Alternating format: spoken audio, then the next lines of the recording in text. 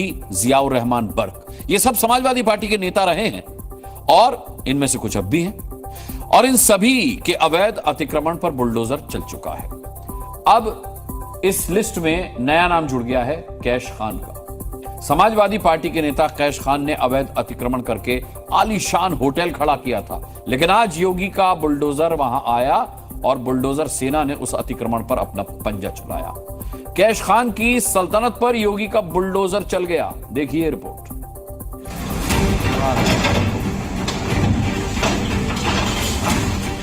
एक बार, दूसरा बार, तीसरा बार और इस तरह पीले पंजे ने आखिरकार अवैध कब्जे की नींव हिला दी। बुलडोजर का पंजा पिलर के बाद छत पर चलना शुरू हुआ। पहले बालकनी पर लगे ग्रिल को बुलडोजर ने हटाया और फिर बालकनी की छत को ही बिल्डिंग से जुदा करना शुरू कर दिया। मंगलवार का दिन कन्नौज के समाजवादी पार्टी के एक नेता के लिए अमंगलकारी साबित हुआ। इस नेता का नाम है कैश खान। सरकारी नियमों की अनदेखी कर कैश खान ने अवैध तरीके से इस 2 मंजिला मैरिज हॉल का निर्माण करवाया था, लेकिन यूपी में अवैध निर्माण और अतिक्रमण दोनों की उम्र बहुत लंबी नहीं होती और ये बात शायद कैश खान भूल गया था। लेकिन योगी के बुलडोजर ने उसको उसकी गलती अच्छे से याद दिला दी। जिस वक्त कन्नौज के आधे लोग रजाइयों से नहीं निकले होंगे, उस वक्त कैश खान के मैरिज हॉल में योगी फोर्स का बुलडोजर दाखिल हुआ। वक्त सुबह 8 बजे का था। बुलडोजर आगे आगे चल रहा था, योगी फोर्स पीछे पीछे चल रही थी। कैश खान के मैरिज हॉल कम महल में बुलडोजर ने दाखिल होते ही अपना काम शुरू कर दिया।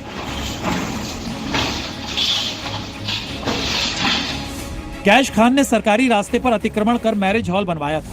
कैश खान की दबंगई इतनी थी कि उसने सड़क के ऊपर ही लेंटर डालकर गेट लगवा दिया था। लेकिन जब बुलडोजर ने पंजा चलाना शुरू किया तो कन्नौज का बालापीर मोहल्ला उसकी दबंगई टूटते हुए सुन रहा था।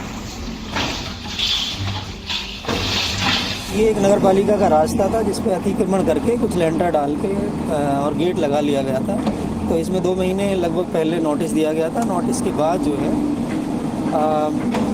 यहाँ पे सिविल कोर्ट से स्टे लिया गया था। अब स्टे किसी तरह का नहीं है और नगर पालिका के द्वारा राजस्व विभाग की रिपोर्ट में लिखा गया है कि यूपी में कई जगहों पर सरकारी जमीन को मनमाने तरीके से वक्फ की प्रॉपर्टी बता दिया गया।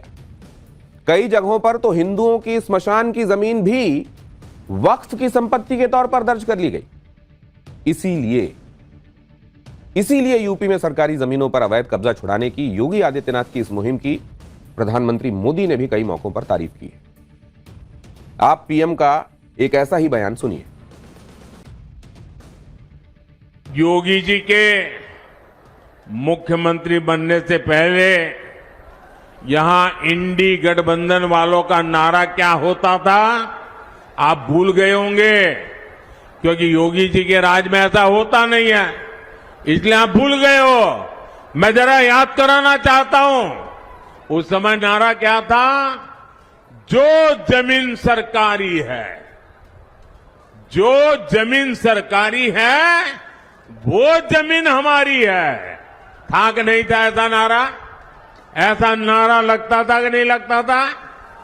और लखनऊ में जो बैठी थी ना सरकार, वोट बैंक वाली सरकार, उनका आशीर्वाद रहता था। ये योगी जी की सरकार आई तो ऐसे लोगों को सही जगह पर पहुंचाया। एक नियमावली भी बनती है, रूल्स एंड रेगुलेशन है ना, जिनके तहत वो एक्ट जमीन पर उतरता है। और वो नियमावली उत्तर प्रदेश सरकार ने बना ली, जिसका है नाम वक्फ नियमावली, अधिनियम नियमावली 2024। इसको उत्तर प्रदेश सरकार ने कैबिनेट ने मंजूरी दे दी और ये मोहर लगा के ये अस्तित्व में आ गई नियमावली। अब ये नियमावली क्या कहती है, जो शिया और सुन्नी दोनों वक्फों पर लागू है? वो नियमावली कहती है कि उत्तर प्रदेश में वही भू संपत्ति वक्फ की मानी जाएगी जो 1952 के 1952 क्या 1952 के राजस्व अभिलेखों में दर्ज होगी वक्फ के रूप में। यानी कट ऑफ ईयर हो गया 1952, आजादी के 5 साल बाद। ठीक, 1952 के राजस्व अभिलेख में अगर आपकी जमीन, कोई जमीन वक्फ की प्रॉपर्टी, वक्फ की मिल्कियत के रूप में दर्ज है तो वो जमीन वक्फ की मानी जाएगी। और अगर 1952 के राजस्व अभिलेखों में दर्ज नहीं है वक्फ की संपत्ति और वक्फ कह रहा है कि ये हमारी संपत्ति है, तो उस पर फैसला सरकार करेगी। बस यही खेल है सारा। फिर सरकार को कागज भी दिखाने होंगे, बही खाते भी दिखाने होंगे, पूरा झोला लेके सरकार के पास जाना होगा। सरकार मतलब प्रशासन के पास जाना होगा और वक्फ बोर्डों को, एसडीएम को, डीएम को, राजस्व विभाग को ये संतुष्ट करना होगा कि जमीन वास्तव में उसकी है। और फिर भी अंतिम निर्णय लेने का अधिकार जमीन पर सरकार के पास होगा। इस नियमावली में बस ये व्यवस्था कर दी गई। यहीं से सारा खेल पलट जाएगा। जब एक एक कागज चेक होगा 1952, उसके बाद 52 से अब तक सोच लीजिए कितने साल हो गए, 48 और 24 जोड़ लीजिए, 72 साल हो गए लगभग। यानी 72 साल पहले जो दर्ज है वही वक्फ का है, अनडिस्प्यूटेड। उसके बाद जो अगर एंट्री है, दावा है, तो कागज चेक कराने होंगे। इसीलिए योगी आदित्यनाथ ने कहा कि 1-1 इंच जमीन वापस ले लेंगे। और नियमावली में एक और व्यवस्था की योगी महाराज ने, वो व्यवस्था की कि अगर जमीन पर अतिक्रमण किया गया है अवैध वक्फ के नाम पर, तो पेनाल्टी लगाओ अतिक्रमण करने वाले पर, उससे हर्जाना जुर्माना भी वसूलो। और अगर अवैध कब्जे के वाली जमीन या संपत्ति से, समझिएगा, अगर अवैध कब्जे वाली जमीन या संपत्ति से कुछ माल मत्ता आ रहा है, यानी आय हो रही है, तो भी सारी आय की रिकवरी डालो उस पर कि भाई जब कब्जे अवैध था तो इससे आने वाला पैसा भी आपका कैसे हो गया, वापस करो, और नहीं तो जेल भेजो। इसलिए योगी जी ने फ्री स्टाइल बैटिंग शुरू कर दी वक्फ के लेके। जी, वक्फ का राष्ट्रीय स्तर पर क्या होगा, नहीं होगा, कब होगा, वो दिल्ली दरबार जाने।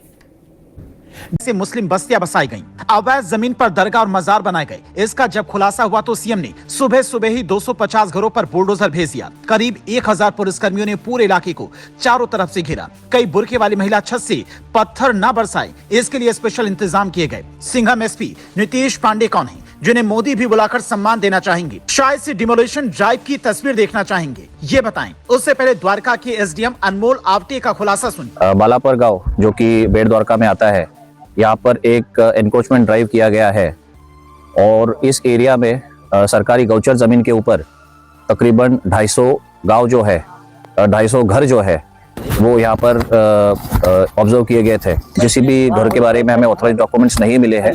उसके बाद हमने यहाँ पे ये एनक्रोचमेंट डन स्टार्ट किया है। यहाँ पर तकरीबन पुलिस के 1000 कर्मचारी हमारे साथ है और डिस्ट्रिक्ट एडमिनिस्ट्रेशन और नगर पालिका, इनके तकरीबन हमारे साथ 80 कर्मचारी है।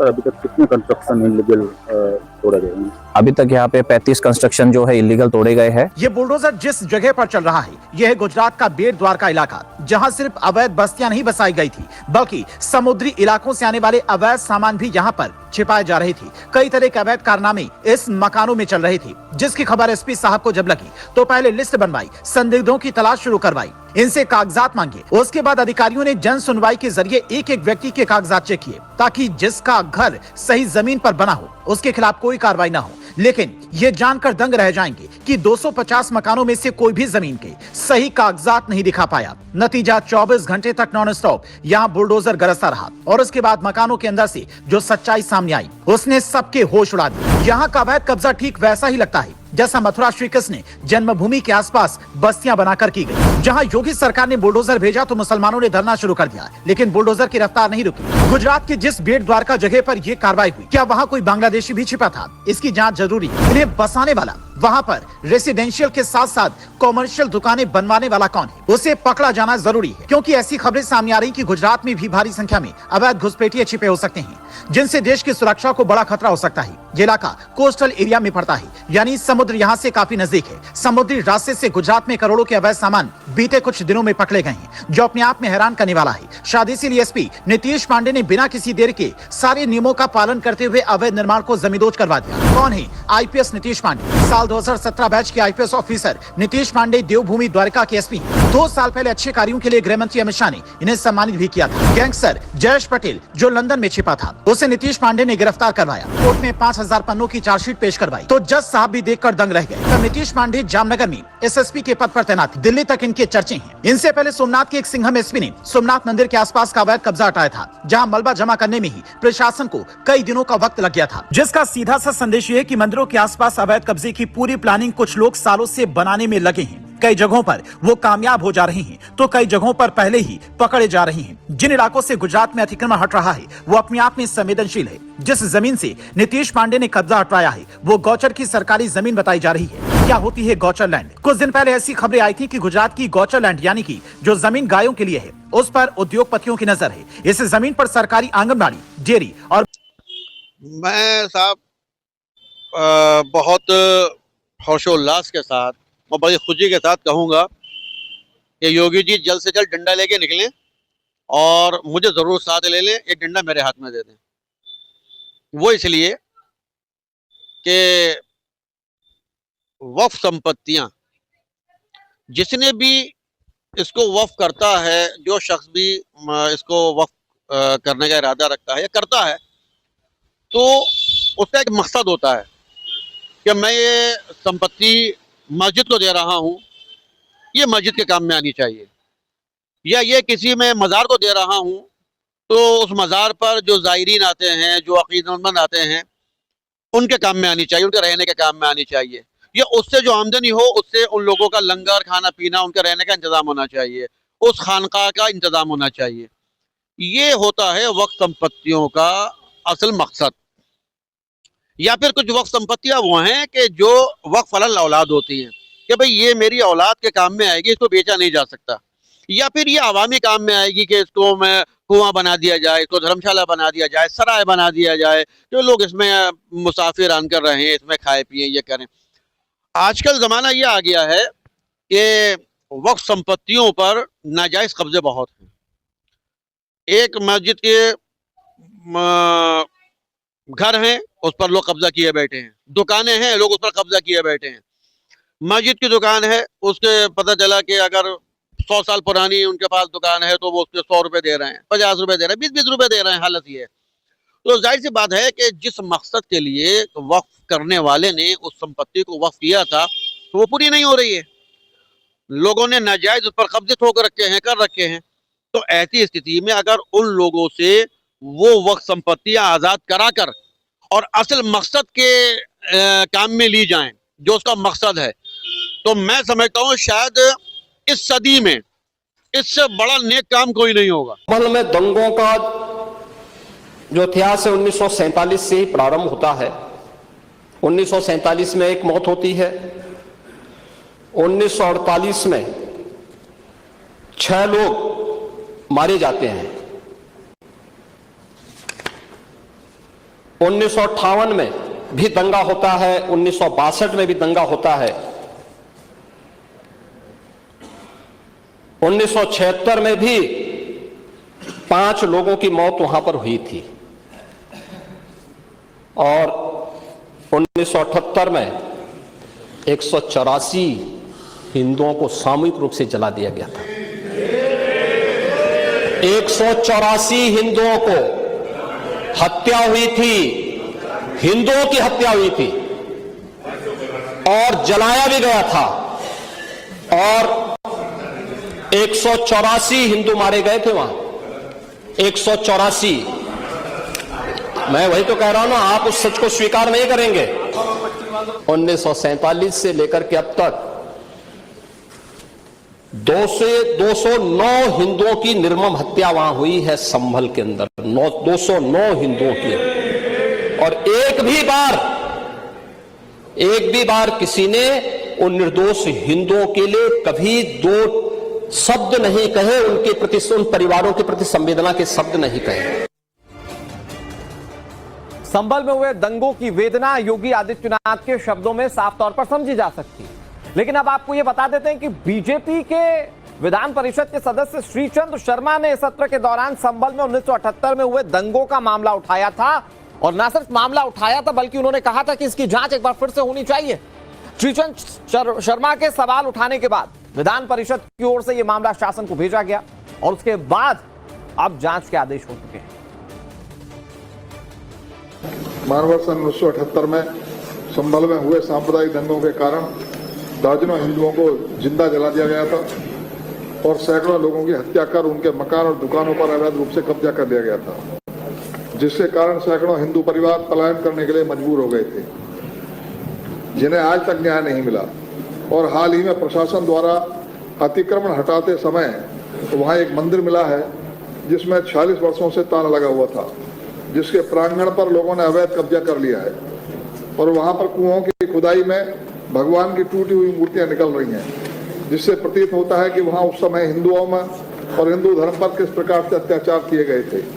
अतः उक्त सांप्रदायिक दंगे में पीड़ित लोगों को न्याय दिलाने हेतु मैं सदन के माध्यम से जनहित में जनपद संभल में सन 1978 में हुए सांप्रदायिक दंगों की जांच कराए जाने एवं दोषियों के विरुद्ध कठोरतम कार्रवाई किए जाने की मांग करता हूँ। शासन को 1978 में दंगा पीड़ितों को इंसाफ दिलाने के लिए यूपी की योगी सरकार ने दोबारा जांच करने का आदेश दिया। मतलब संभल में 1978 के दंगों में जो हिंदुओं को मारे गए, उनकी संपत्ति पर कब्जा किया गया, तो जिन लोगों ने किया उनकी खैर नहीं। 47 साल बाद ही सही अब दंगाइयों के एक एक गुनाह का हिसाब होगा। संभल में सिर्फ 1978 में नहीं, सिर्फ 1978 में ऐसा नहीं हुआ जब हिंदुओं को जलाया गया हो, हिंदुओं को मारा गया हो, हिंदू परिवारों की हत्या ना की गई, बल्कि इसके ठीक 101 साल पहले भी संभल में ऐसी हालात थी। और यह दावा सिर्फ हमारा नहीं है, बल्कि देश के पहले प्रधानमंत्री जवाहरलाल नेहरू का यह दावा है। 1924 की कहानी बताता हूं। 1924 में संभल के सूरजकुंड मंदिर के पास मुहर्रम के जुलूस को लेकर एक विवाद हुआ, दंगा हुआ, और उसी पर नेहरू और गांधी का पत्र संवाद है। इस पत्र संवाद में भीषण दंगों का जिक्र है। इसी रिपोर्ट में नेहरू ने लिखा कि संभल में मुसलमानों की बड़ी आबादी और अन्य कारणों से वो हमेशा प्रभावी स्थिति में रहे हैं। इस हिंसा के पीछे किसी बाहरी उकसावे का कोई प्रमाण नहीं। नेहरू लिखते हैं कि स्थानीय लोग खुद इस घटना को अंजाम देने में सक्षम थे।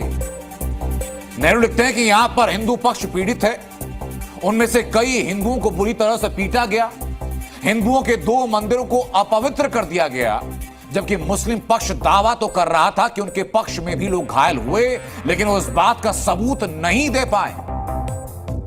जवाहरलाल नेहरू ने साल 1924 में संभल में हुए हिंदू मुस्लिम दंगों के बाद वहां ग्राउंड जीरो पर जाकर रिपोर्ट तैयार की और इस रिपोर्ट को महात्मा गांधी को भेजी थी। 1924 के संभल दंगों पर इतिहासकार क्या कहते हैं, ये सुनना चाहिए। 1924 के जिस दंगे के संदर्भ में नेहरू जी का लेटर सामने आया है, उसकी बुनियाद दरअसल खिलाफत आंदोलन के दौरान ही रख दी गई थी, जब गांधी जी ने इस्लामिक कट्टरपंथियों द्वारा चलाए गए खिलाफत आंदोलन को अपना समर्थन दिया और जिसका फायदा उठाया जिन्ना ने, और उसने जितनी